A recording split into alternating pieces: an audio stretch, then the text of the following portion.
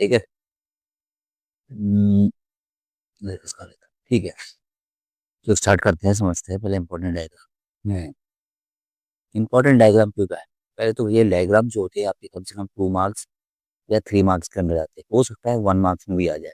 देखो, सबसे पहला डायग्राम रेस्पिरेटरी सिस्टम, को ये याद है कुछ नहीं है भैया रेस्पिरेटरी सिस्टम में, और रख ही रहे हो कि नेशनल कैपिटल, यानी कि सबसे इंपॉर्टेंट पॉइंट, यानी कि ये आप नेशनल कैपिटल लिख रहे हैं। दूसरा क्या है? फेनिक्स। और तीसरा क्या है? लार्नियक्स। ठीक है, तो ये तीन तो मेन पॉइंट है, नेशनल कैविटी, फेनिक्स और लार्नियक्स। इसके बाद आता है ट्रेचिया, यानी कि ये वाला पॉइंट। ठीक, लंग्स वाला हर किसी को पता है कि lungs, ठीक है। फिर आता है ये ब्रोंकाई, यानी कि ये भी बहुत मेन पॉइंट है। और कभी कभी तो ये भी पूछते गोले गोले से होते यहाँ पर एलवेली।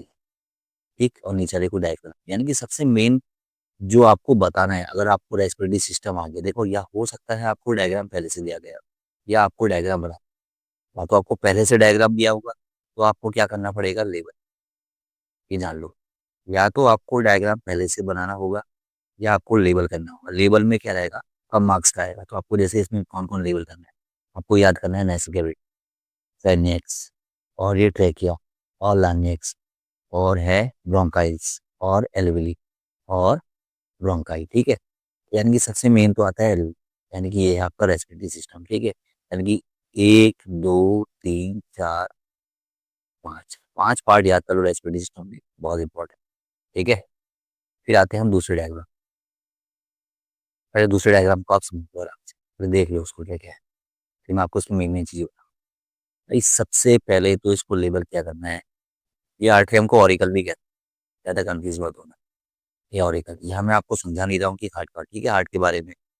वैसे तो मैं आपको बता सकता हूँ कि यहाँ से जो ब्लड आता है वो आता है डीऑक्सीजनेटेड, और फिर यहाँ से ब्लड जाता है, यानी कि मैंने के बाद से लंग्स में, और लंग्स से उसको क्या मिलता है, एयर, यानी कि कौन सी एयर, O2, यानी कि वो O2 मिलती है तो वो क्या हो के आता है, ऑक्सीजनेटेड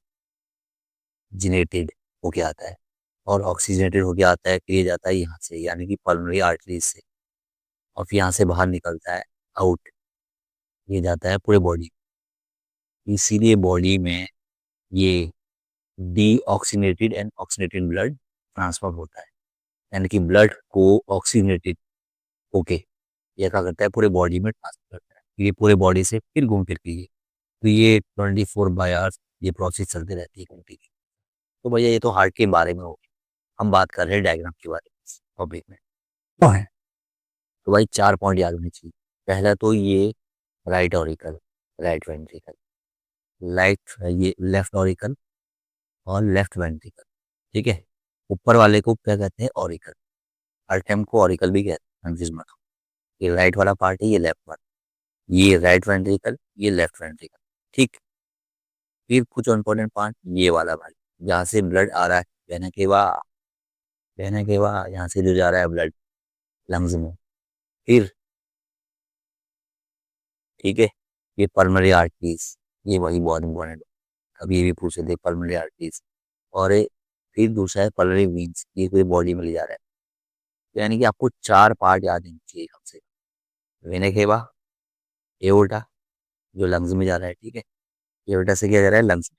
अभी मैंने यहाँ पर वो बोल दिया था, वेना केवा से एओर्टा से जा रहा है, एओर्टा से कहाँ जा रहा है, लंग्स में। और लंग्स से ऑक्सीजेटेड होके ये कहाँ आ रहा है वापस, इसको कौन लेकर आ रहा है, पल्मोनरी आर्टरीज। ठीक है, और ये आपको पल्मोनरी आर्टरीज बताना चाहिए, यानी कि क्या बताना चाहिए, पल्मोनरी आर्टरीज। और पल्मोनरी आर्टरीज पता होना चाहिए आपको, और पल्मोनरी वेन्स, यानी कि कम से कम 4 पॉइंट याद हो जाए बहुत। राइट ऑरिकल हो गया, right ventricle, left auricle, left ventricle, 4 हो गए। ये आला दरवाजा, वेने के बाद जहाँ से ब्लड आया, जहाँ से गया एओर्टा, और ये एक, यानी कि ये हो गया पहला वाला, एओर्टा हो गया दूसरा वाला। फिर यहाँ से ब्लड आ रहा है, देखो ब्लड कहाँ से आ रहा है, पल्मोनरी वेन से। कौन से जा रहा है, पल्मोनरी आर्टरी से, यानी कि पल्मोनरी वेन्स भी बहुत इंपॉर्टेंट है, और पल्मोनरी आर्टरीज यानी कि फोर्थ। ठीक है, इसलिए हमारी बॉडी में ब्लू नसें, यानी कि वेन्स, और रेड नसें होती है, यानी कि वेन्स और आर्टरीज होती है। समझ में आया बेटा? तो चार बेटा मैंने आपको बता दिए, vena cava, aorta, pulmonary arteries, pulmonary veins. Vena cava लाने का काम कर रहा है ब्लड को, यानी कि डीऑक्सीजन ब्लड, और पल्मोनरी आर्टरीज बॉडी में ले जाने का काम कर रहा है। ये चार पार्ट लेवल कर लो अच्छे से। डायग्राम को इतना टफ नहीं है, आराम से, ठीक है, कंफ्यूज मत होना। और अगर ये भूल भी है तो थोड़ा मेन चीज है।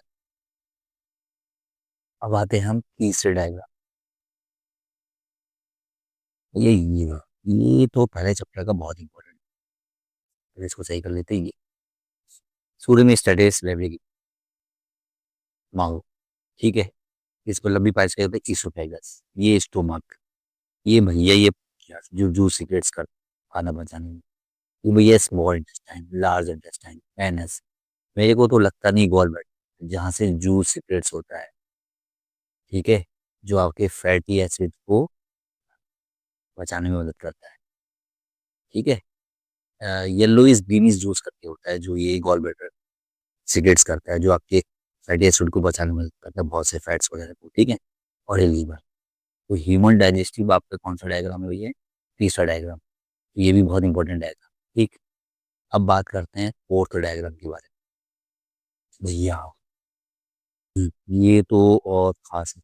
आइए इसको समझते हैं। पार्ट्स ऑफ फ्लावर, ये मेल पार्ट,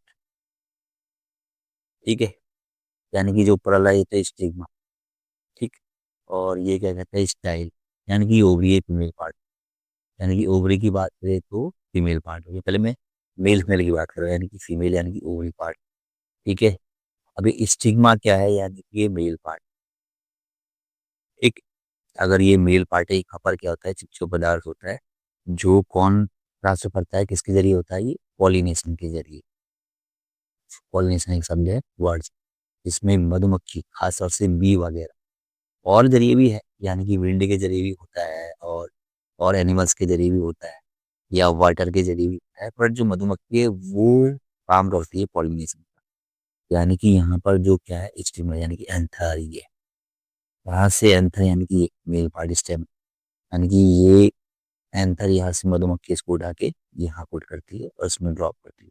और ये स्टिग्मा यानी कि चिपचिपे पदार्थ के साथ मिलके यहाँ ओरी में जाइगोट बन जाता है, ठीक है ना, in the form of zygote. तो ये तो अभी आपको बताना नहीं, ये तो डिस्क्रिप्शन में आ जाए। तो यानी कि आपको क्या क्या याद होना है, यानी कि ये वाला एंथर। चलो फिलामेंट याद है ना, कम से कम जो इंपॉर्टेंट पार्ट है वो कराना चाहिए। ऊपर वाला पार्ट स्टिग्मा, भैया ये जो डेंटल है लंबी सी, इसको क्या कहते हैं, स्टाइल, ठीक है। मैंने पहले से कर रखा होगी। और भैया ये तो कॉमन सी बात है, ये प्रैक्टिस बिल्कुल नहीं करता था। और नीचे वाला स्टेप, हम उसके बाद अगर आपको बाकी पार्ट्स भी याद हो गए कोई दिक्कत नहीं। सबसे पहले तो मैंने जो ग्रीन रंग से करे, anther, petal, sepals, ovary, style और स्टिग्मा, ठीक है। ये चीज आपको याद नहीं, बहुत जरूरी। यानी कि अंदर वाला मेल पार्ट हो जाता है, और ये बाहर वाला क्या हो जाता है, मेल पार्ट, ठीक है। बाकी पार्ट भी याद हो गए तो कोई दिक्कत नहीं है। फिर भाई सबसे इंपॉर्टेंट आता है लास्ट, यानी कि फोर्थ वाला, ये फीमेल रिप्रोडक्टिव सिस्टम। हाँ ये फीमेल रिप्रोडक्टिव सिस्टम में भैया पहले ये वाला, यानी बोले देखो डायग्राम, वो भी आना चाहिए। ये फनस होता है, इसको फनस देख सकते हैं यहाँ पर। इनमें स्पेस भी होता है, जिससे ये एग जो होते हैं, यानी कि एग ट्रांसफर होते हैं। इस वाले हिस्से को क्या कहते हैं, फैलोपियन ट्यूब, ठीक है। और ये हमारे को भी कहते हैं ओविडक्ट या फैलोपियन ट्यूब, दोनों में से कोई भी लिख दो आप, ठीक है। और फिर आपको भाई यहाँ पर जहाँ पर बेबी बनता है, यानी कि ऑफस्प्रिंग बनता है, यानी कि यूट्रस, यानी कि वॉर्म, ये सबसे इंपॉर्टेंट है। यानी कि ये भी कभी लेबल करने को आता है, यहाँ से कर लो, यहाँ से कर लो, उससे कोई मतलब, यूट्रस का बेबी सिचुएट होता है। फिर आता है ये वाला पोर्शन, यानी कि ये सर्विक्स, और यानी कि वजाइना, जहाँ से स्पर्म एंटर होता है, ठीक है। यानी कि सबसे इंपॉर्टेंट पार्ट कौन सा है इसमें, वजाइना, सर्विक्स, और फिर ओवरी तो खैर है ही, फनल हो गया, और ये आपका यूट्रस, ठीक है। और रही बात मेल रिप्रोडक्टिव, उसको मैं आपको नेक्स्ट वीडियो में समझाता हूँ, और भी आपको मैं डायग्राम बताता हूँ, ठीक है। तो मिलते हैं नेक्स्ट वीडियो में।